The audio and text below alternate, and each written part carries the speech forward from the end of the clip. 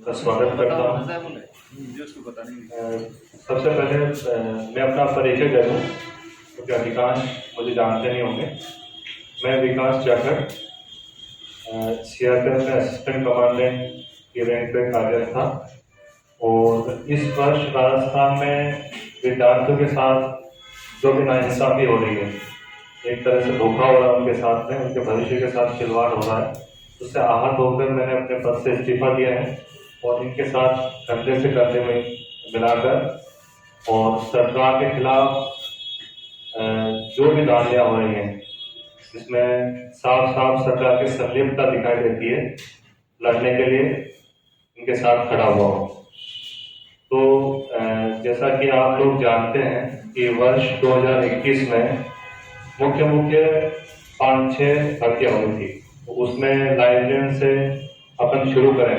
Librarian हुई, फिर JN की भर्ती हुई, राजस्थान एसआई की हुई, उसके बाद में अपने रिट की हुई, रिट के बाद में पटवारी, बीडीओ।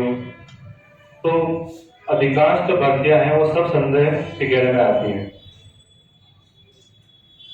भर्तियों के बाद में सबूत पे सबूत देने के बावजूद सरकार यह मानने के लिए तैयार नहीं है कि धांधली हुई है। एक तरफ तो सरकार एसओजी से जांच करवा रही है, दूसरी तरफ सरकार नियुक्ति देने में आमादा है। तो ये कैसे संभव है? यदि धांधली नहीं हुई है तो एसओजी की जांच की आवश्यकता नहीं है, और यदि धांधली हुई है तो आप रिजल्ट कैसे निकाल सकते हैं, आप नियुक्तियां कैसे दे सकते हैं? इसमें साफ साफ ये दिखाई दे रहा है कि जो भी नकल माफिया है वो कहीं ना कहीं ऊपर कमीशन पहुंचा रहे हैं। तो मैं राजस्थान सरकार को ये कहना चाहूंगा कि जो आज के उसमें सिनारियों में विद्यार्थियों का जो हाल है, ऐसा मैंने कभी नहीं देखा, अपने जीवन में नहीं देखा। छोटी मोटी धांधलियां होती थी, उसमें इंडिविजुअल जो क्रिमिनल था वो इन्वॉल्व होता था, पर बड़े लेवल पे जब धांधली होती है तो बिना सरकार के इन्वॉल्वमेंट के संभव ही नहीं है, इम्पॉसिबल है। मतलब कोविड बहुत बड़ी महामारी है, पर ये जो आज हम देख रहे हैं ये कोविड से बड़ी भी बीमारी बन गई है। विद्यार्थियों को खून चूसा जा रहा है, तिल वो मर रहा है और कोई उसकी सुनने वाला नहीं है। अभी मैं आज ही बता था कि राजस्थान जो है वो देश का बेरोजगारों के मामले में दूसरा सबसे बड़ा राज्य है। तो बेरोजगारों के राज्य में आप किसी भी भर्ती प्रक्रिया में ट्रांसपेरेंसी नहीं रखेंगे, उसमें निष्पक्षता के साथ में आप भर्तियां नहीं करवाएंगे, आपकी जो व्यवस्था है वो सुचारू नहीं होगी, तो शासन पे आम आदमी का विश्वास कैसे कायम होगा? अब बात करें, जैसे राजस्थान एसआई की बात करें तो लोग बात करें सिर्फ ये कि जो वैकेंसी निकली है 700-800 जितनी भी, उसमें बेईमानी से अंदर घुसने वाले लोग 300-400 जितने भी होंगे, तो दूसरों का हक मार दिया, पर आगे भविष्य कोई नहीं सोच रहा। ये जो एसआई है कल एसएचओ बनकर, थाना अधिकारी बनकर किसी जगह पर डिप्लॉय होंगे, वहां पर ये लोग क्या इंसाफ दिलाएंगे? भ्रष्टाचार के अलावा ये कुछ भी नहीं कर सकते। जो शिक्षक भर्ती होंगे बेईमानी से, वो बच्चों को क्या भविष्य बनाएंगे? एक शिक्षक का दायित्व होता है कि वो बच्चे में संस्कार भरे, उसे अच्छी शिक्षा दे, उसी शिक्षा के दम पर आगे जाकर वो पायलट बनता है, डॉक्टर बनता है, इंजीनियर बनता है, जज बनता है, सीईओ बनता है। वह शिक्षक ही बेईमान है तो कितने करोड़ों बच्चों का भविष्य बर्बाद करेगा? ये कोई नहीं सोच रहा है। उसके बाद में हम ये भी माने कि सरकार जो धांधलियां हुई है उसके बाद में संजीदा हुई है या सीरियस हुई है, वो भी कहीं नजर नहीं आ रहा। सरकार से नहीं होता है तो हमको बताए। छोटी छोटी चीजें हैं जिसमें यदि सुधार करना चाहे सरकार तो एक मिनट में सुधार हो सकता है, और वो मंशा होनी चाहिए। यदि हम शुरू से बात करें, किसी विज्ञप्ति निकलती है, किसी पद की विज्ञप्ति निकलने के बाद में पेपर सेट होता है। पेपर सेट होने में कितने अनुभवी लोगों को ये पेपर सेट करने के लिए बोलते हैं, इससे आप अंदाजा लगा सकते हैं कि आप 11 बार में क्वेश्चन डिलीट करने पड़ते हैं बाद में। उसके बाद में पेपर जो है प्रिंटिंग प्रेस से मेन जो सेंटर होता है वहां पे सप्लाई होता है, वहां से फिर सेंटर में जाता है। सेंटर में जाते वक्त आप जीपीएस नहीं लगा सकते, उसमें उसको ट्रैक नहीं कर सकते। डिजिटल लॉक का एक प्रावधान है, बॉक्सेस में आप पेपरों को भर के डिजिटल लॉक होना चाहिए। कहाँ पे लॉक खुला है, कितने बजे लॉक खुला है, ये नोट हो जाता है।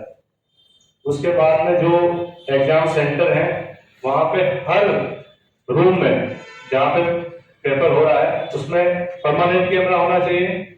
एक कैमरामैन को एक सेंटर में आपने बता दिया कि वहां पे वीडियोग्राफी करनी है, एक आदमी 20 रूम की वीडियोग्राफी कैसे कर लेगा, संभव ही नहीं है। फिर पेपर होने के बाद में जो ओमार सीट है उसको जहां पे चेकिंग होना वहां पे पहुंचाना, उसमें भी ट्रैकिंग होनी चाहिए। एक सबसे बड़ा मामला आता है कि कई ऐसे दलाल मार्केट में घूम रहे हैं कि जो पेपर में धांधली हुई वो तो हुई, लोग ओमार सीट खाली छोड़ रहे हैं और ओमार सीट को बाद में भरवाकर सेलेक्ट हो रहे हैं। अब इसका क्या इलाज है? तो इसमें मैं ये सुझाव दूंगा कि 5 ऑप्शन होने चाहिए। जैसे कि इलेक्शन होते हैं तो उसमें लास्ट ऑप्शन नोटा का होता है कि 7 कैंडिडेट हैं, इसमें से मैं किसी को वोट नहीं देना चाहता, वो नोटा पे दबाता है। तो इसमें 5 ऑप्शन होना चाहिए। नो अटेम्प्ट, मैं क्वेश्चन अटेम्प्ट नहीं कर रहा, उसमें ना माइनस मार्किंग हो ना उसमें उसका कोई उसमें नंबर आएगा, पर उसको वो प्ले करना पड़ेगा 5 ऑप्शन। तो उसका यही इलाज है। तो ये छोटे छोटे सुझाव है जो सरकार हमसे बात तो करे, कम से कम पूछे तो सही कि हम कैसे जो हमें भर्ती प्रक्रिया है उनको सुधार सकते हैं। 21वीं सदी में इस तरह की जो घटनाएं हैं बड़ी ही निराशाजनक है। भर्ती चाहे 10 हो चाहे 1 लाख हो, जिसका सिलेक्शन नहीं होता है और उसको पता है कि पूरी ट्रांसपेरेंसी के साथ भर्ती प्रक्रिया होगी तो वो निराश नहीं होगा।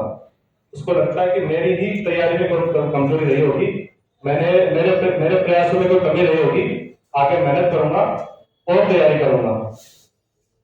तो बार बार सरकार को बताने के बावजूद सरकार के कामों पे जोर तक नहीं दे रही है। एसआईटी है वो भी अपनी रिपोर्ट नहीं पेश कर रही है। जो भी कल्प्रिट हैं, दोषी हैं, वो पकड़ में नहीं आ रहे हैं। और आगे से आगे जो कड़ी जुड़नी चाहिए, मास्टरमाइंड है, वहां तक पहुंचने की कोई मंशा नहीं दिखाई दे रही है। तो पूरा जो एक माहौल बन रहा है उसमें यह कहा जा सकता है कि अंधेरी नगरी चौपट राजा। किसी को कोई परवाह नहीं है कि विद्यार्थी, छात्र, युवा मरे, कुछ भी करें, सरकार अपनी सरकार के नशे में चूर है। तो उसको जगाने के लिए डेमोक्रेसी में हमारे पास लास्ट हथियार बचता है, वो है अपनी आवाज को बुलंद करना। तो उसी लिए हमने जो ये अपना मूवमेंट है, ये युवा हुंकार के नाम से शुरू हम कर रहे हैं। हम जानते हैं कि लोगों तक अपनी बातें पहुंचानी होंगी, गली गली, मोहल्ले मोहल्ले, गांव गांव जाकर हमको बताना होगा कि आप अपने हक के लिए खड़े नहीं होंगे तो ये लोग ऐसे ही करते रहेंगे, आपकी पीढ़ियां की पीढ़ियां बर्बाद हो जाएंगे। तो हम 6 तारीख से अपना मूवमेंट स्टार्ट कर रहे हैं। शहीद स्मारक पर 6 तारीख को हम धरना देंगे, वहां पर हम अपनी आगे की योजना तय करेंगे। ये हमारे बगल में ये सब जो है हम छात्र मित्र हैं, इन्होंने लाइब्रेरी विकास चौधरी लाइब्रेरी की परीक्षा दी थी। ये मनोज मीणा है जेएनटी, ये गोविंद मीणा रीट की एग्जाम दी थी, ये छोटू राम है राजस्थान एसआई। लगातार लड़ाई लड़ रहे हैं, आंदोलन किए, कोर्ट में केस किया, पर कोई फायदा नहीं। अब आप सोचिए, बच्चा जो है, गरीब बच्चा, एक किसान का, मजदूर का, ग्रामीण परिप्रेक्ष्य का बच्चा है, वो तैयारी करेगा या कोर्ट में केस लड़ेगा? गांव में उतरकर आंदोलन करेगा या अपनी पढ़ाई करेगा? उसको चिंता अपने भविष्य की है। आंदोलन करेगा तो उसका पढ़ाई का टाइम खराब होगा, पढ़ाई करेगा तो सरकार को लगता है कि कोई मेरा विरोध कर ही नहीं रहा, तो चल रहा है उसको चलने दो।